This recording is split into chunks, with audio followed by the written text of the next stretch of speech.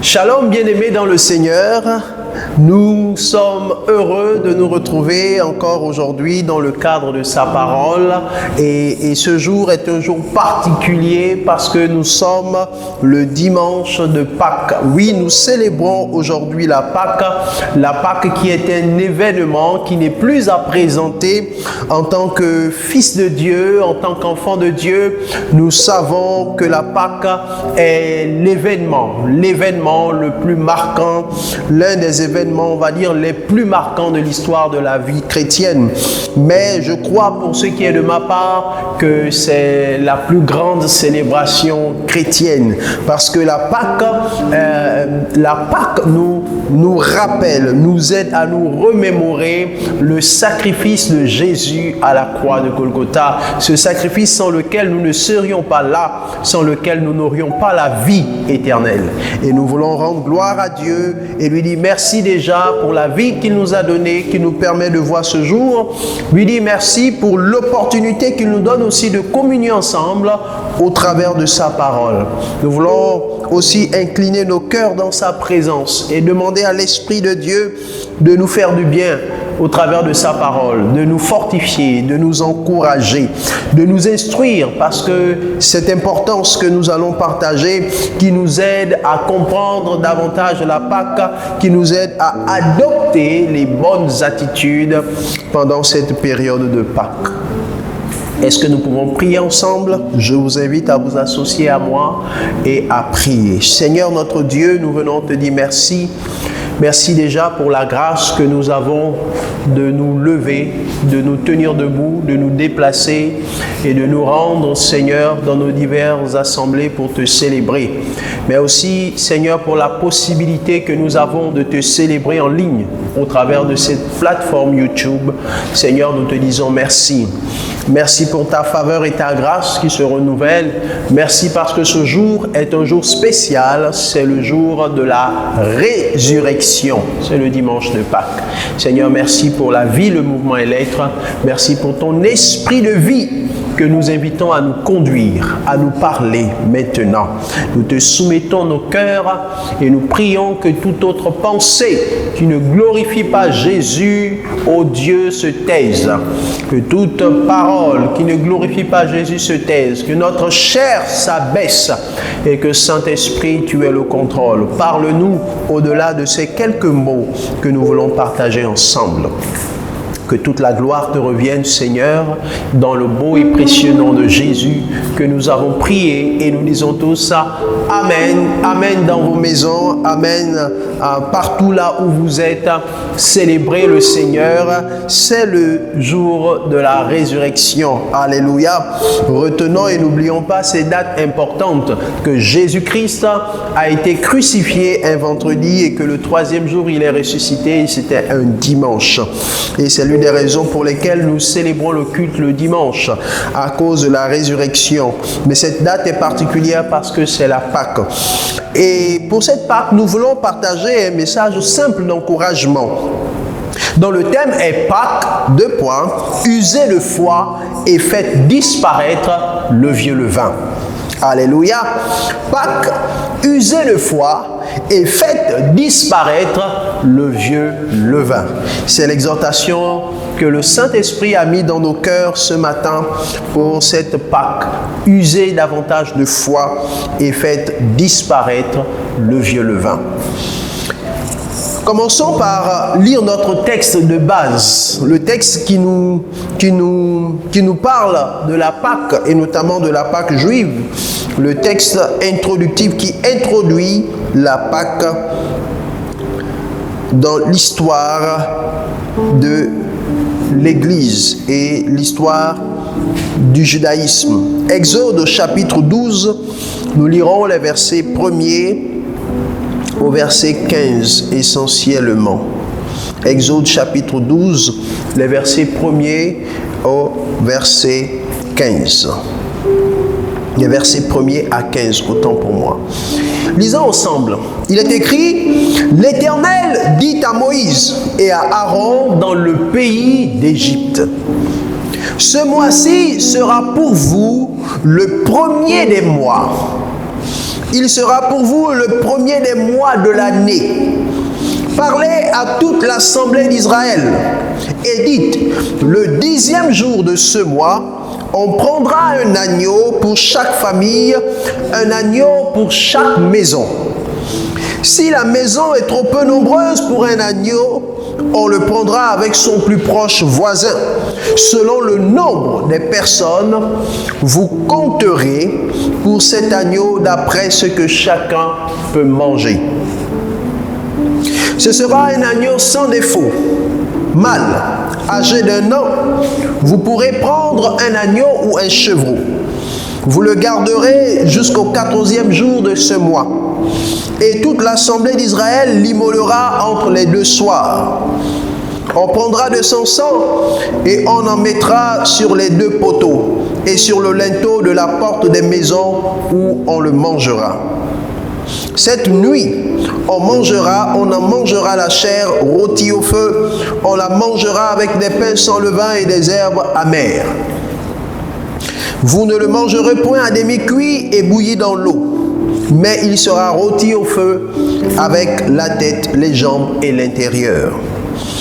Vous n'en laisserez rien jusqu'au matin, et s'il en reste quelque chose le matin, vous le brûlerez au feu. Quand vous le mangerez, vous aurez vos raisins, vos souliers aux pieds et votre bâton à la main, et vous le mangerez à la hâte. C'est la Pâque de l'Éternel. Cette nuit-là, je passerai dans le pays d'Égypte et je frapperai tous les premiers-nés du pays d'Égypte, depuis les hommes jusqu'aux animaux, et j'exercerai des jugements contre tous les dieux de l'Égypte. Je suis l'Éternel. Le sang vous servira de signe sur les maisons où vous serez. Je verrai le sang et je passerai par-dessus vous. Et il n'y aura point de plaie qui vous détruise quand je frapperai le pays d'Égypte. Vous conserverez le souvenir de ce jour et vous le célébrerez. Et vous le célébrerez par une fête en l'honneur de l'Éternel. Vous le célébrerez comme une loi perpétuelle pour vos descendants. Pendant 7 jours, vous mangerez des pains sans levain. Dès le premier jour, il n'y aura plus de levain dans vos maisons, car toute personne qui mangera du pain levé, du premier jour au 7e jour, sera retranchée d'Israël. Alléluia. Voici le premier texte qui nous parle de la Pâque dans les Écritures, de la Pâque juive notamment, et cette Pâque qui s'est passée en Égypte, alors que le peuple d'Israël était sur le point de vivre sa délivrance. Dieu était sur le point de sortir le peuple d'Israël d'Égypte et de l'emmener dans le désert. Et voici que Dieu s'est révélé à Moïse et a institué quelque chose de fort. Il a dit à Moïse, tu parleras aux enfants d'Israël et tu diras que chaque famille tue un agneau sans défaut, un agneau mâle, et ils feront rôtir cet agneau au feu, ils mangeront cet agneau à la hâte, ils auront leur raisin, ils auront leur bâton à la main, comme pour dire, prêts à sortir de l'esclavage, prêts à obtenir le salut, la victoire et à quitter le territoire d'Égypte vers le territoire que Dieu leur réservait. C'est ainsi donc que la Pâque a été instituée. Rappelons que le mot Pâque veut dire Pessa. Et Dieu dit dans ce texte que nous avons lu que les enfants d'Israël mettront le sang de l'agneau qui aura été immolé. Ils mettront ce sang-là sur les linteaux de leur porte, donc juste au-dessus. Et lorsque Dieu passerait par là, il ne frappera pas les enfants d'Israël parce qu'il est sur le point de déverser une grande plaie en Égypte. Et si les enfants d'Israël mettent le sang, Dieu passera au-dessus. Et justement, Pâques veut dire passer par-dessus. Pâques veut aussi dire épargner. Alléluia. Pessa, en hébreu c'est Pessa, et Pessa c'est passer par-dessus, Pessa c'est épargner. Donc les enfants d'Israël ont été épargnés de la mort, épargnés de l'ange destructeur, parce qu'il était question de déverser sur l'Égypte la 10e plaie, la dernière des plaies, la plaie qui a fait le plus de mal à Pharaon et à son peuple. Il s'agit de la mort des premiers-nés d'Égypte. Alléluia. Il s'agit de la mort des premiers-nés d'Égypte. Et pendant que le fléau s'abattait sur l'Égypte, eh bien, l'ange de la mort qui avait été missionné par Dieu est passé par-dessus les maisons des enfants d'Israël et donc a épargné les enfants d'Israël, et c'est cela la signification profonde de la Pâque. Mais cette Pâque n'a été rendue possible, on a été épargné, ou les enfants d'Israël ont été épargnés simplement parce qu'ils ont obéi à ce que Dieu leur a dit en sacrifiant l'agneau qui a été rôti au feu et qu'ils ont mangé. Alléluia. Voici pour notre introduction, notre introduction à ce thème Pâques, user de foi et fait disparaître le vieux levain. Rappelez juste le contexte dans lequel tout ça s'est passé, et nous comprenons que cette Pâques-là était l'ombre des choses à venir. Et c'est ce que l'apôtre Paul nous dit, que plusieurs des choses qui se sont passées dans l'ancienne alliance étaient l'ombre des choses à venir.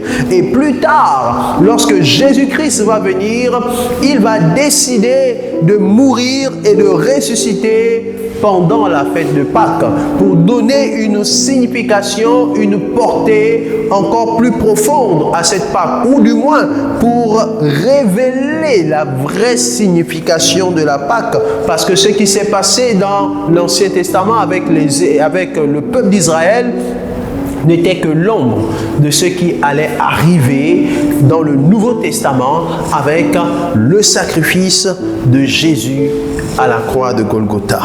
Alléluia. Et nous allons lire un texte dans Hébreu chapitre 11, verset 28.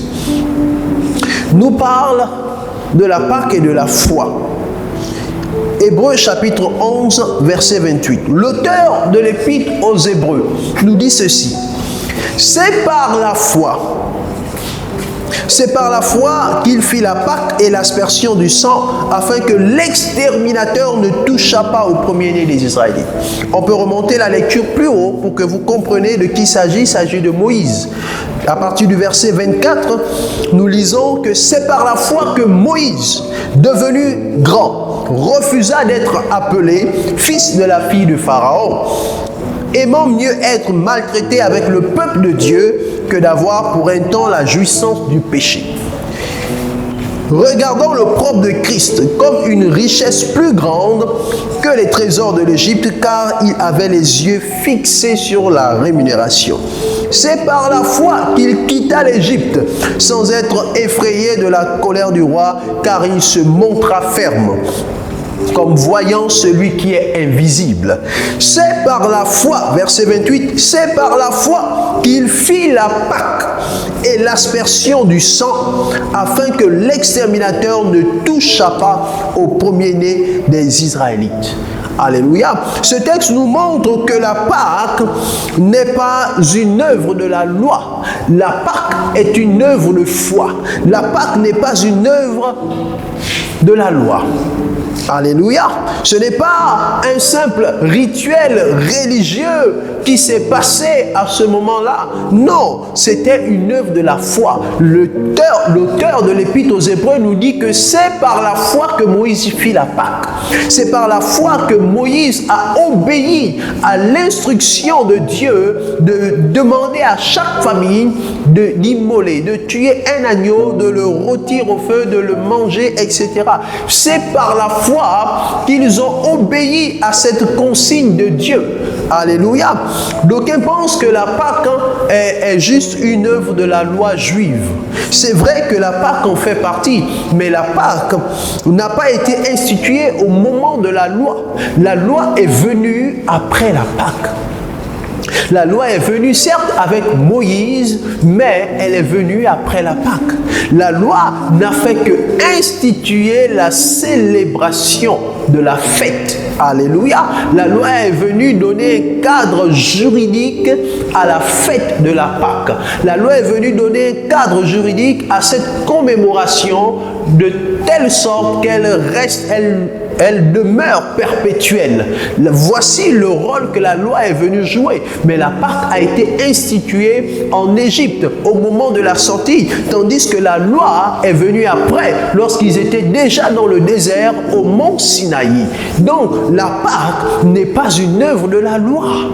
C'est la célébration de la Pâque. Et dans le texte de l'Exode que nous avons lu, Dieu le dit plus bas, vous célébrerez ce jour-là de telle sorte que cela devienne une loi à perpétuité. Cette consigne-là a été appliquée par Moïse lorsqu'il a reçu les tablettes de la loi sur le mont Sinaï. Parce qu'il y avait plusieurs types de lois. Lorsque la loi juive a été instituée, les tablettes, il y avait plusieurs. Il y avait les lois qui concernaient la vie civile. Il y avait aussi les lois cérémonielles. Et c'est dans les lois cérémonielles et cultuelles qu'on retrouvait les fêtes solennelles. Et dans ces fêtes-là, il y avait la Pâque. Mais cette Pâque-là, cette célébration a été juste encadrée par la loi qui est arrivée. Mais la Pâque elle-même n'est pas une œuvre de la loi, c'est une œuvre de foi. Alléluia. Et c'est la bonne nouvelle. La Pâque est une œuvre de foi. Et j'aimerais nous encourager à revisiter notre foi, à faire preuve de plus de foi lorsque lorsque nous arrivons à de tels moments dans notre calendrier annuel. Le moment de célébration de la Pâque doit être un moment spécial pour nous, un moment pendant lequel nous examinons à nouveau notre foi pour être sûr et certain que nous sommes dans la bonne direction, parce que la Pâque n'est pas une œuvre de la loi, c'est une œuvre de foi. Et l'auteur de l'Épître aux Hébreux est clair, c'est par la foi que Moïse fit la Pâque. Alléluia. Première chose. Deuxième chose, c'est par la foi qu'il fit l'aspersion du sang, afin que l'exterminateur ne touchât pas au premier-né des enfants d'Israël. Alléluia. C'est donc une œuvre de foi, la Pâque, cette célébration. Et c'est une œuvre qui se rapporte à deux choses. Premièrement, le sacrifice de l'agneau. Deuxièmement, l'aspersion du sang. Alléluia. Il n'y a pas de Pâque sans sacrifice de l'agneau. Il n'y a pas de Pâque sans aspersion de sang. Ce sont ces deux choses qui ont été les symboles les plus forts et les plus marquants de cette Pâque qui a été instituée. Alléluia. Premièrement, le sacrifice de l'agneau. L'agneau était l'élément le plus important. Il fallait qu'il soit sacrifié, immolé. Il fallait le manger. Alléluia. Et il fallait, deuxièmement, que son sang, le sang de l'agneau, soit aspergé sur les linteaux. Parce que c'est ce sang qui allait donner la vie, qui allait sauver la vie des enfants d'Israël. Lorsque l'exterminateur viendrait, il ne touchera pas aux maisons des premiers-nés des enfants d'Israël. L'agneau et le sang. Alléluia. C'est les deux symboles les plus importants qui aujourd'hui, pour nous chrétiens, sont devenus les symboles de la foi institués par Jésus lui-même, ce que nous appelons la Sainte Seine, les symboles de l'alliance en Jésus-Christ, ce que nous appelons la Sainte Seine. Cela était déjà une préfiguration du sacrifice de Jésus à la croix, de son sang versé à la croix pour nous sauver. Il fallait qu'ils mangent. Ça veut dire que les Israélites dans le désert ont mangé l'agneau et ont bu le sang. Par préfiguration, ils ont participé au sacrifice de Jésus-Christ de Nazareth. Dieu leur avait donné le symbole. Dieu avait institué déjà ce qui devait arriver ensuite avec Jésus-Christ. Alléluia. Donc, il fallait la foi de Moïse. Pour revenir sur notre texte de base, il fallait la foi pour obéir à cette instruction de Dieu et croire que cela pouvait sauver de l'ange de la mort. Alléluia, ce n'était pas une chose simple. Alléluia, il fallait vraiment avoir la foi que cet agneau que nous devions manger, ce sang qui devait être aspergé, devait nous protéger de l'ange de la mort. Il y a des gens qui reçoivent des consignes de Dieu, mais tout le monde n'applique pas. Alléluia. Mais il fallait la foi pour appliquer. Tout comme il faut la foi pour accepter le sacrifice de Jésus. Tout comme il faut la foi pour pouvoir être sauvé par son sang versé à la croix. Alléluia. Hébreux chapitre 11, verset 6 nous dit: or, sans la foi, il est impossible de lui être agréable. Car il faut que celui qui s'approche de Dieu croit que Dieu existe et qu'il est le rémunérateur de ceux qui le cherchent. Or, sans la foi, il est impossible d'être agréable à Dieu. Vous ne pouvez pas marcher avec Dieu, grandir avec Dieu, avancer avec Dieu sans faire preuve de foi. Vous ne serez pas agréable au Seigneur. Être agréable à Dieu exige la foi. Or, la foi, c'est de faire confiance à Dieu. Et en cela, Moïse a eu confiance. On vous donne une instruction, une chose que vous n'aviez jamais effectuée auparavant, une chose que vous n'avez jamais expérimentée. On vous demande de le faire. Très souvent, nous raisonnons. Oui, mais pourquoi? À quoi ça va servir? Est-ce que ce sera vraiment efficace? Est-ce que ça vaut la peine? Est-ce que Moïse n'a pas raisonné? Lorsque Dieu lui a donné cette instruction, il a donné au peuple. Et l'auteur de l'Épître aux Hébreux lui rend cet hommage qu'il a fait preuve de foi. Il fallait la foi pour célébrer la Pâque. C'était plus de 600 000 personnes. Plus de 600 000 personnes qui sont sorties d'Égypte. Et on considère que ces 600 000 personnes minimum ont mangé la Pâque. Il fallait faire preuve de foi pour se mettre devant tout ce monde-là et leur dire: exécutez ceci, parce que voilà ce qui va se passer, et croire que cela pouvait être possible. Et donc, nous ne pouvons pas évoluer, avancer avec le Seigneur sans la foi. Nous avons besoin de la foi pour être agréable à Dieu, pour pouvoir obéir aux instructions comme cela a été le cas de Moïse. Alléluia. Nous devons aussi retenir une chose importante, c'est que toute la Pâque, tout ce qui s'est passé dans l'Ancien Testament, dans Exode 12 notamment, parle de la grâce salvatrice de Jésus-Christ.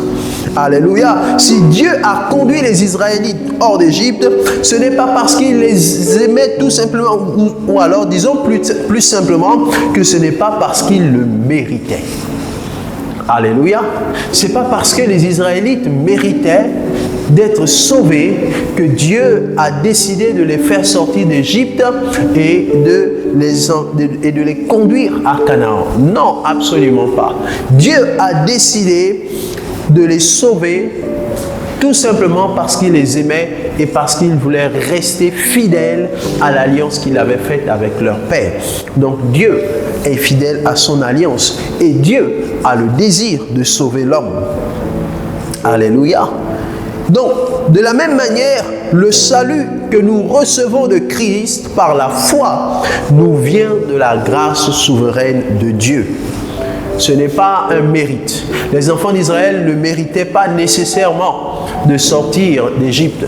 D'ailleurs, un épisode marquant de cette histoire d'Israël en Égypte nous donne plus ou moins une idée de comment ce peuple était. Lorsqu'ils étaient encore en Égypte et que Moïse a décidé de prendre le parti d'un Israélite, alors qu'un Égyptien, un soldat égyptien était en train de maltraiter cet Israélite, Moïse a décidé de défendre l'Israélite et en défendant l'Israélite, l'Égyptien est mort. Et ce sont des Juifs, des Israélites qui étaient présents, qui se sont encore mis à accuser Moïse d'avoir tué l'Égyptien. Et Moïse a dû prendre la fuite parce qu'il savait que cette nouvelle-là allait lui causer du tort. il a dû prendre la fuite. Regardez leur attitude. Au lieu de chercher à protéger celui qui venait de prendre leur défense en tant qu'Égyptiens, ils ont plutôt décidé de le livrer. Donc, ce n'était pas nécessairement un peuple qui avait le mérite d'être sauvé. Il y avait parmi eux des gens qui avaient aussi des cœurs noirs, qui avaient des pensées obscures. Mais Dieu, dans son amour, a décidé de les sauver tous en les sortant d'Égypte et leur faire participer à la Pâque. Une préfiguration de la participation au repas du Seigneur, de Christ, qui devait mourir par la suite. Donc, toute la Pâque, tout ce que nous avons vu dans l'Ancienne Alliance n'est qu'une préfiguration et cela parle de la grâce salvatrice de Dieu. Alléluia. Nous devons savoir que Christ est l'agneau, ou rappeler que Christ est l'agneau sans défaut, qui a été sacrifié et dont le sang a servi à l'aspersion pour délivrer de l'ange de la mort. De la même façon, Dieu nous a aussi délivrés de la mort lorsque nous avons accepté le sacrifice de Jésus qui était l'agneau sans défaut. Et Jésus a volontairement choisi le moment de la Pâque pour mourir et ressusciter afin de donner la signification réelle de la Pâque au monde entier. Il était lui-même l'agneau immolé.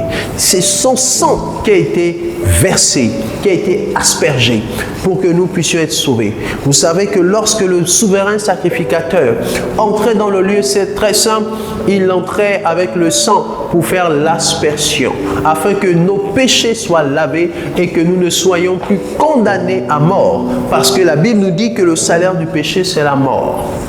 Alléluia. Jésus est notre Pâque. 1 Corinthiens chapitre 5 verset 7. L'apôtre Paul dit ceci: faites disparaître le vieux levain afin que vous soyez une pâte nouvelle, puisque vous êtes sans levain, car Christ, notre Pâque, a été immolé. Alléluia.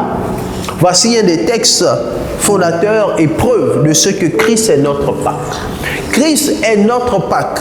Il est notre Pâque qui a été immolé. C'est grâce à lui que le destructeur fait Pessah sur nos vies, que le destructeur nous épargne et que la mort n'est plus notre partage. La mort n'est plus notre partage, oui, parce que Christ est notre Pâque. Et lorsque nous l'acceptons et le recevons, lorsque nous entrons en lui, nous sommes couverts par son sang. Et parce que nous sommes couverts, nos vies sont couvertes par le sang de l'agneau, la mort n'a plus de pouvoir sur nous. Ah oui, c'est la victoire, c'est la bonne nouvelle. La mort n'a plus de pouvoir sur nous. Mais le Seigneur nous dit une chose: faites disparaître le vieux levain. Et dans Exode 12, Dieu leur a dit: pendant 7 jours, vous mangerez du pain sans levain. Si quelqu'un ose manger le pain avec du levain, il sera retranché d'Israël. Alléluia. Et ici dans le Nouveau Testament, dans 1 Corinthiens 5, 7 que nous avons lu, l'apôtre Paul insiste: faites disparaître le vieux levain, afin que vous soyez une Pâque nouvelle, puisque vous êtes sans levain, car Christ est notre Pâque. Parce que Jésus-Christ est notre Pâque, nous devons faire disparaître le vieux levain. Alléluia. Devons faire disparaître le vieux levain. 1 Corinthiens 5, verset 8, ajoute ceci: célébrons donc la fête, non avec du vieux levain, non avec un levain de malice et de méchanceté, mais avec les pains sans levain de la pureté et de la vérité. Alléluia. Célébrons donc la fête, non avec du vieux levain, mais avec un levain de pureté, un levain de vérité. Alléluia. Non avec le levain de malice et de méchanceté. Le vieux levain, c'est la malice. Le vieux levain, c'est la méchanceté. Le vieux levain, c'est la dureté de cœur. Le vieux levain, c'est l'orgueil qui domine nos vies, l'ego comme nous l'appelons. Le vieux levain, c'est l'hypocrisie. Le vieux levain, c'est la fausseté. Le vieux levain, c'est tout simplement le péché sous ses différentes formes.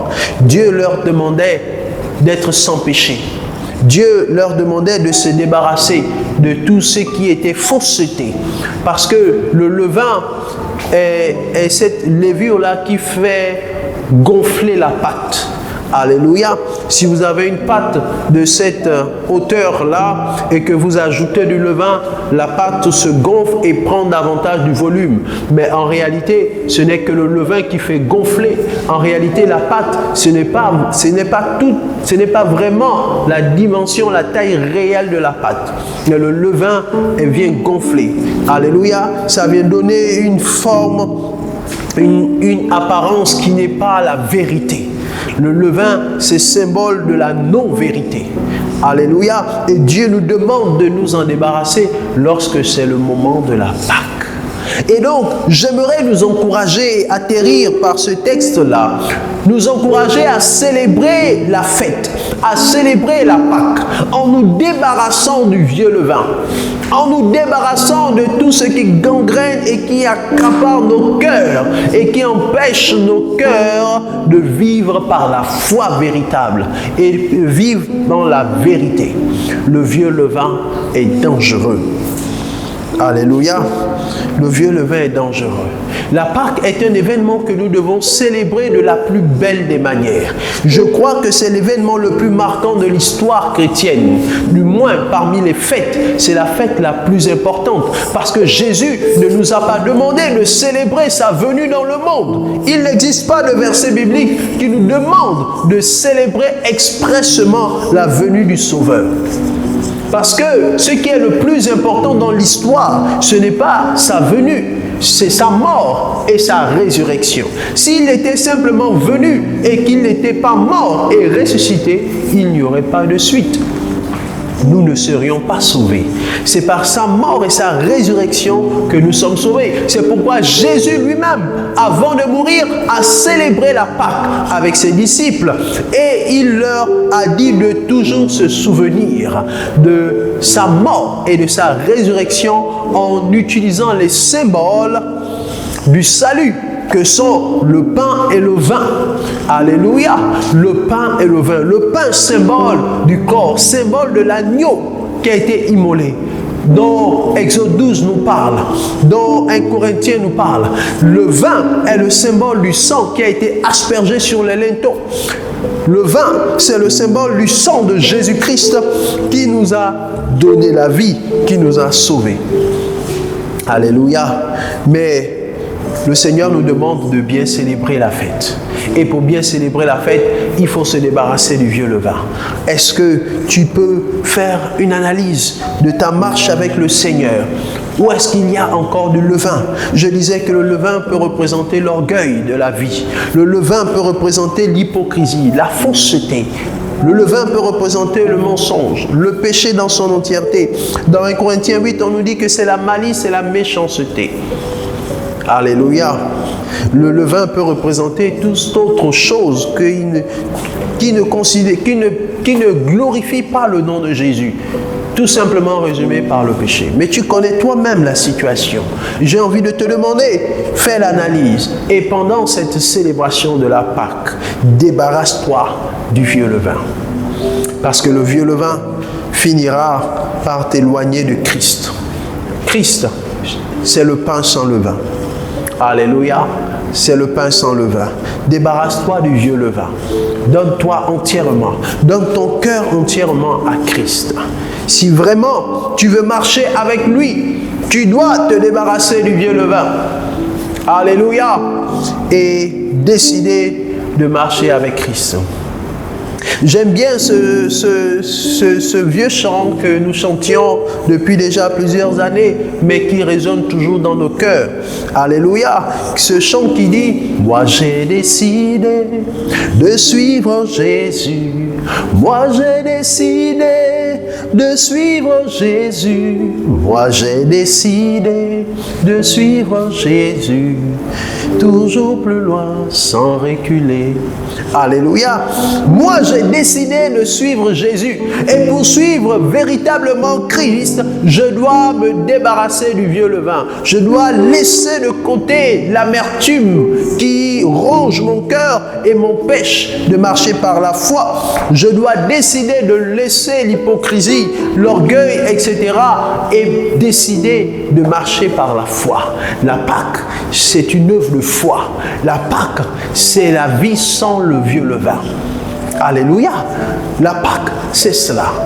Alléluia, c'est cela la Pâque, c'est la foi. Et nous devons donc user de plus de foi et faire disparaître le vieux levain.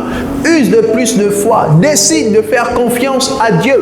Parfois, pour pouvoir se débarrasser du vieux levain, il faut faire confiance à Dieu. Parce que plusieurs s'appuient sur ce vieux levain-là. Plusieurs s'appuient sur l'orgueil, plusieurs s'appuient sur les biens, plusieurs s'appuient sur tout ce qui leur sert d'apparat pour se donner une image, mais ne font pas suffisamment confiance à Dieu, ne font pas preuve de foi que Dieu est capable de prendre soin d'eux et de les élever au temps convenable.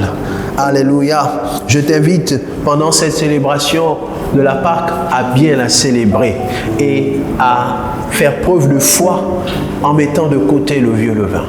Que le Seigneur bénisse sa parole, que le Seigneur te fortifie et qu'il te conduise afin que tu puisses honorer ce sacrifice que Jésus a fait pour que toi tu aies la vie, pour que tu sois sauvé. Le salut, c'est par grâce. Alléluia. Le Seigneur te demande une seule chose, c'est un cœur sincère, un cœur véritable.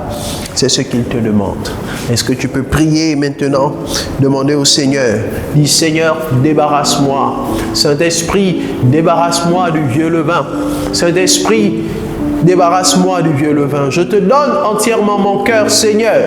Je me livre à toi totalement. Et que tout ce qui est du vieux levain, orgueil, hypocrisie, amertume, colère, rancune, etc., que cela soit ôté de mon cœur. Que pendant cette Pâque, Seigneur Jésus, je te célèbre dignement. Prends encore le contrôle de ma vie. Remplis-moi de ton esprit. Oh, remplis-moi de ton esprit, Seigneur. Donne-moi un esprit nouveau, car tu dis que je dois être une nouvelle pâte entre les mains du pâtissier, comme un nouvel argile entre les mains du potier. Donne-moi la forme qui te plaît, donne-moi la forme qui t'honore, donne-moi la forme qui glorifie le nom de Jésus. Seigneur, je te dis merci. Merci de me transformer encore et encore pour être davantage à ton image. Tu n'es pas mort à la croix simplement pour que je sois sauvé, mais pour que je sois à ton image et à ta ressemblance. Donne-moi cette forme qui te plaît. Reçois la gloire au nom puissant de Jésus-Christ. Amen. Que le Seigneur nous bénisse. Je vous souhaite une très bonne fête de Pâques 2024. Que le Seigneur vous bénisse et vous conduise dans ses voies. À très bientôt. Au nom de Jésus. Amen.